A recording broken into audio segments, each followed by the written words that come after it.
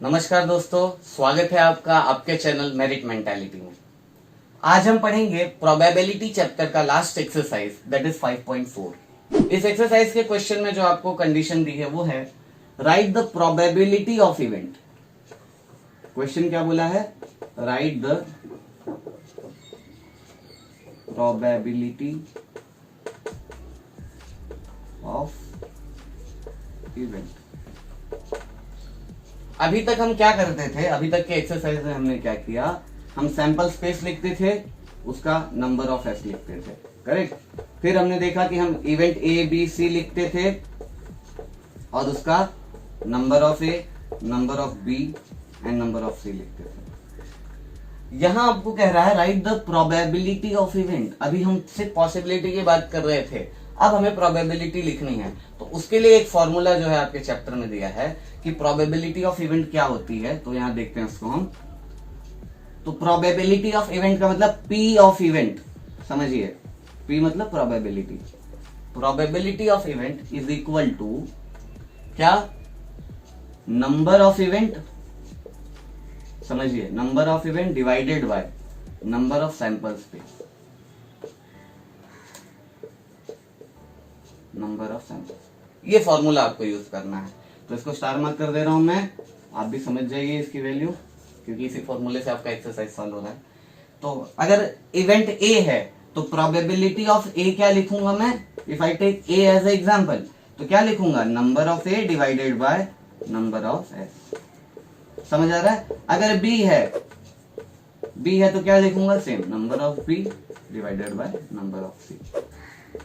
ठीक है, तो मतलब जो कंडीशन दी है ये प्रोसेस हम रिपीट करने ही वाले हैं सेम, और उसके बाद आपको ये फॉर्मूला यूज करना है।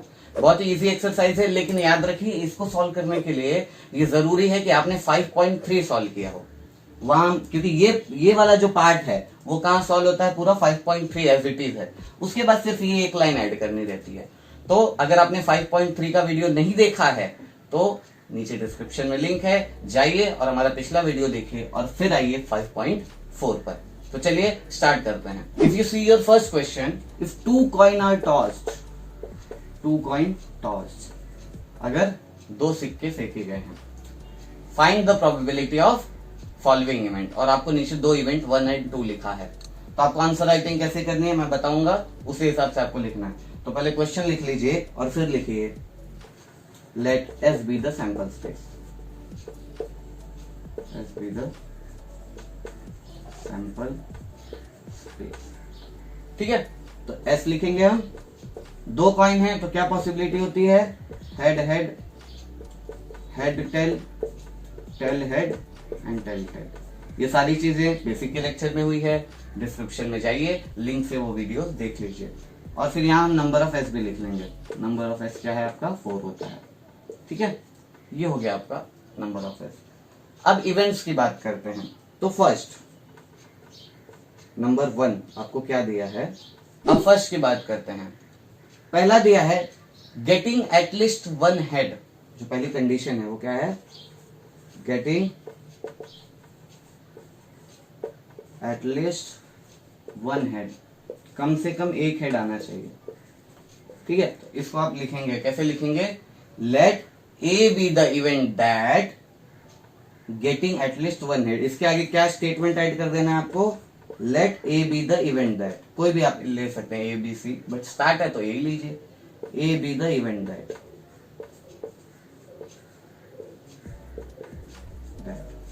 ये लिख के फिर ये पूरी लाइन जो आपका 1 है क्वेश्चन वो कंटिन्यू कर दीजिए। तो ये याद रखिए, आपको ये स्टेटमेंट ऐड करना है। उसके बाद ए क्या है? गेटिंग एटलीस्ट 1 हेड, कम से कम एक हेड आना चाहिए, ज्यादा भी हो तो चलेगा। तो यहाँ हेड है, यहाँ हेड है, यहाँ हेड है, ये तीनों आ जाएंगे। लिख लेते हैं head head, head tell and last one is tail head. ये आ गया आपका नंबर ऑफ ए। यहां से नंबर ऑफ ए कितना है बोलो? 3। ठीक है, अब हमें निकालनी है इस इवेंट की प्रोबेबिलिटी।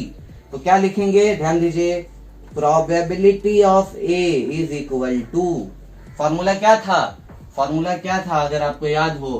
Probability of event. ठीक है, प्रोबेबिलिटी ऑफ इवेंट क्या होता है? Number of event and number of sample space.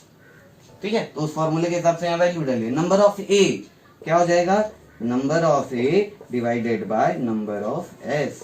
तो नंबर ऑफ ए कितना है 3 और नंबर ऑफ एस कितना है 4, 3 डिवाइडेड बाय 4। बस इतना ही करना है, देयरफॉर लगा दीजिए, हो गया आपका फर्स्ट। सेकंड है, सेकंड में आपको क्या बोला है इन योर सेकंड क्वेश्चन, यानी जैसे यहां फर्स्ट लिखा मैंने वैसे ही सेकंड है, गेटिंग नो हेड। क्या बोला है, गेटिंग नो हेड। सेकंड में आपको क्या बोला है, getting no head. In second क्या कहा है आपको, गेटिंग नो हेड, हेड नहीं आना चाहिए, तो ऐसा एक ही है जहां पे हेड नहीं आता है। स्टेटमेंट क्या होगा, let B the event that getting no head. आपको ये स्टेटमेंट लिखना है। ठीक है, तो कैसे लिखेंगे, स्टेटमेंट आप लिख दीजिए, इवेंट का नाम मैंने कहा बी है, बी लिखा, नो हेड का मतलब है T, therefore your number of b will become 1। therefore क्या लिखनी है, probability of b will be according to the formula number of b divided by number of s। number of b is your 1, number of s is your 4। हो गया, इतना ही काम करना है इस एक्सरसाइज के बाकी के भी क्वेश्चंस में। नेक्स्ट क्वेश्चन क्या दिया है, देयर इज 15 टिकट्स हैं on the bearing number of 1 to 15, जिन पे 1 to 15 नंबर्स लिखे हैं और फिर कुछ इवेंट दिए हैं, उनकी प्रोबेबिलिटी निकालनी है। तो टोटल नंबर ऑफ टिकट कितने हैं, 15 है। ठीक है, जरा ध्यान से समझिए, there is 15 ticket, there are 15 tickets. कितने टिकट्स हैं, टोटल नंबर क्या है टिकट्स का,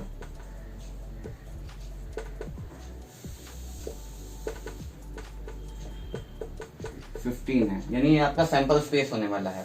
ठीक है, बियरिंग 1 to 15 नंबर उन पे लिखा है 1 to 15 का, तो let S be the sample space, S be the sample space. क्या होगा देखो, एस इज इक्वल टू 1 2 3 4 5, कहां तक जाना है 15 तक, कहां तक जाना है,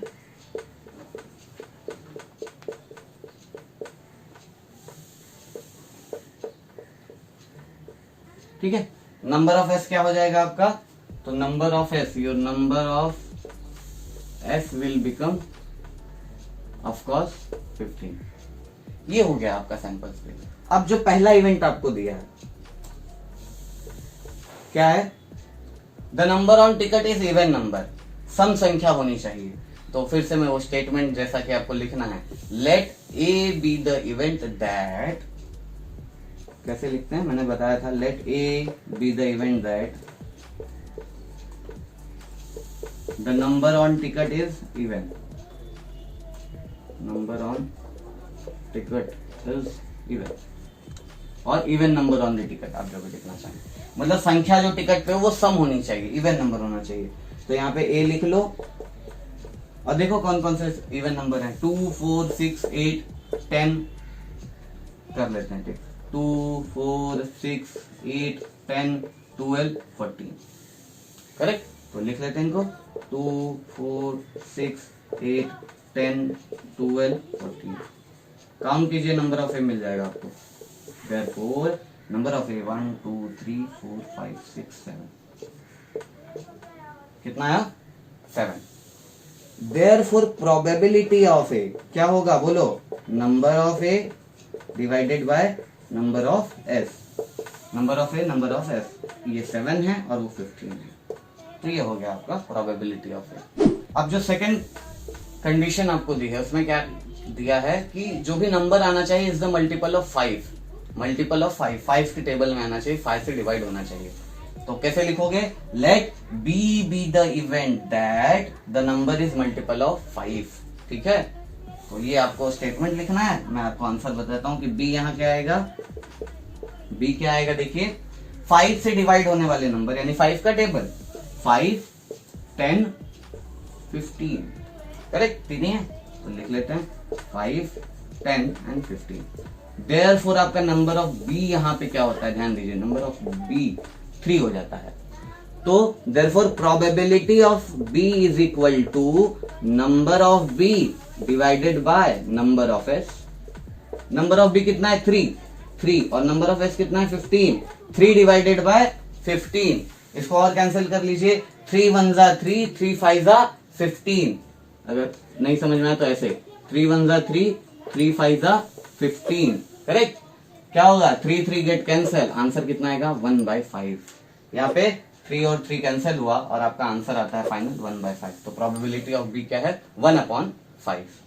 आई होप आपको ये समझा रहेगा। इस तरह आपका ये एक्सरसाइज फिनिश होता है। मैंने यहाँ से 2 क्वेश्चन कराए हैं, बाकी बिल्कुल इजी हैं।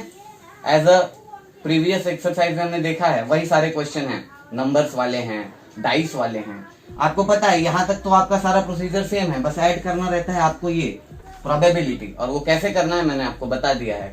फिर भी अगर आपको बाकी के सम सॉल्व करने में कोई डिफिकल्टी आती है तो नीचे कमेंट जरूर कीजिए, और अगर ये समझा है तो लाइक एंड शेयर कीजिए, सब्सक्राइब कीजिए मेरिट मेंटालिटी को, क्योंकि याद रखिए to change the result change your effort. Thank you.